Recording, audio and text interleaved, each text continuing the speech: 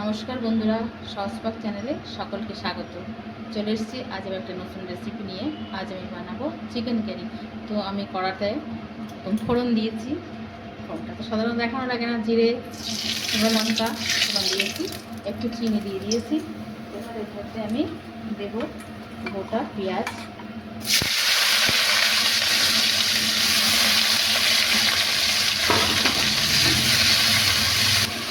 এর মধ্যে দিয়ে দিয়েছি পেস্ট করা পেঁয়াজ, আদা, রসুন।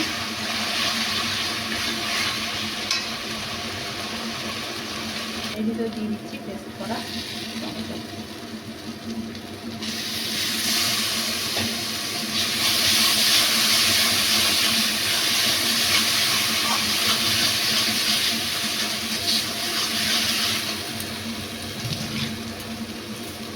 দিয়ে দিচ্ছি একটু গোলমরিচ।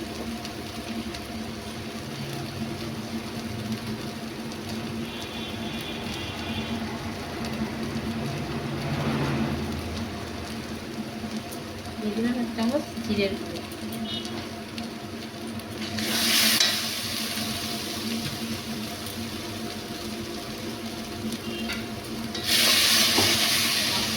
একটু জল দিয়ে দিলাম।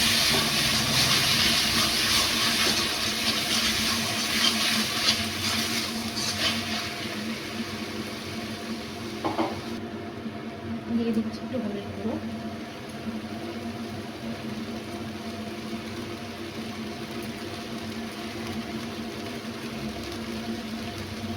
দিয়ে দিচ্ছি লবণ 1 চামচ,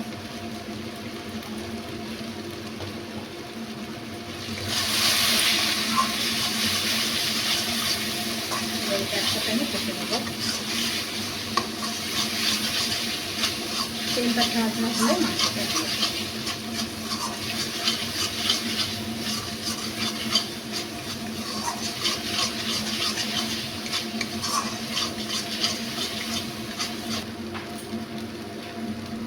তার মধ্যে আমি একটু ক্যাপসিকাম সঙ্গে অ্যাড করব।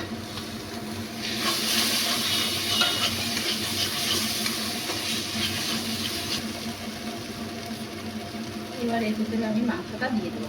মাংসটা আগে থেকেই পেঁয়াজ, আদা, রসুন, মিট মশলা আর সরষের তেল দিয়ে ম্যারিনেট করে রেখেছি 1 ঘন্টা।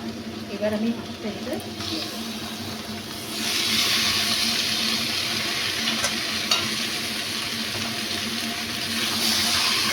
দিয়ে এবারে মাংসটা কষে নেবো।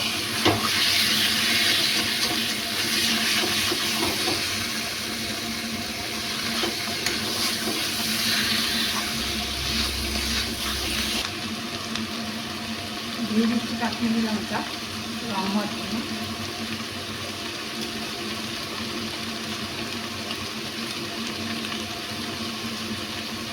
শুকনো লঙ্কা দিয়ে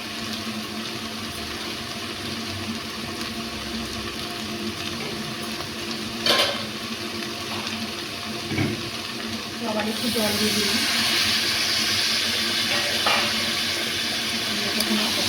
করে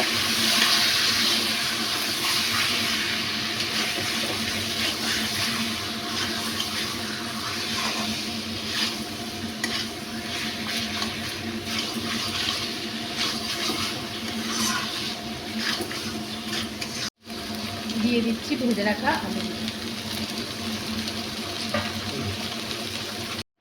মেয়েতে একটু হিং দিয়েছি, জলে গুলে রেখে দিয়েছি। এবার এটা দিয়ে দেবো এর করে। হিংটা দিলে কি হয়, স্বাদটা ভালো হয়, খাসির মতো স্বাদ আসে। মাংস কষা মাছ হয়ে গেছে। এই ভিতরে আমি এবার জল দিয়ে দেবো। দেখো বন্ধুরা, তলায় লেগে লেগে যাচ্ছে, এই সময় জলটা দিয়ে দেবো।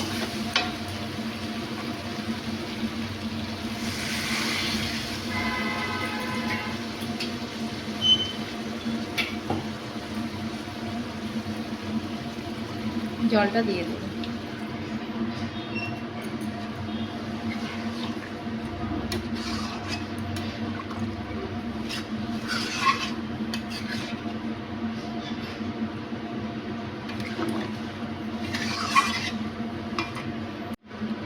দেখো বন্ধুরা, আমি জলটা ঠিক এরকম দিয়েছি, বেশি জল দেবো না, কারণ আলুটা ভাজা গলেই আছে, বেশি সময় লাগবে না। এবার আমি এটাকে ঢাকা দিয়ে 10 মিনিট ফুটিয়ে নেব।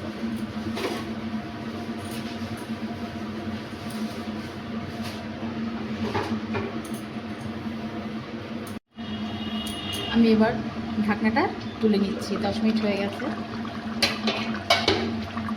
তো দেখো মাংস আমার হয়ে গেছে, আলুও গলে গেছে। দিয়ে দিচ্ছি ধনেপাতা কুচি,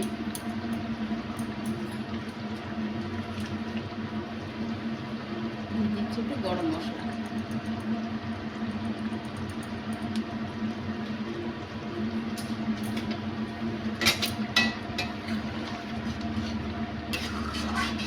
তো বন্ধুরা আমার চিকেন কারি হয়ে গেছে। তো দেখো বন্ধুরা আমার চিকেন কারি তৈরি হয়ে গেছে। তো ভালো লাগলে ভিডিওটি লাইক শেয়ার কমেন্ট করতে ভুলবেন না, সাবস্ক্রাইব অবশ্যই করে দেবে।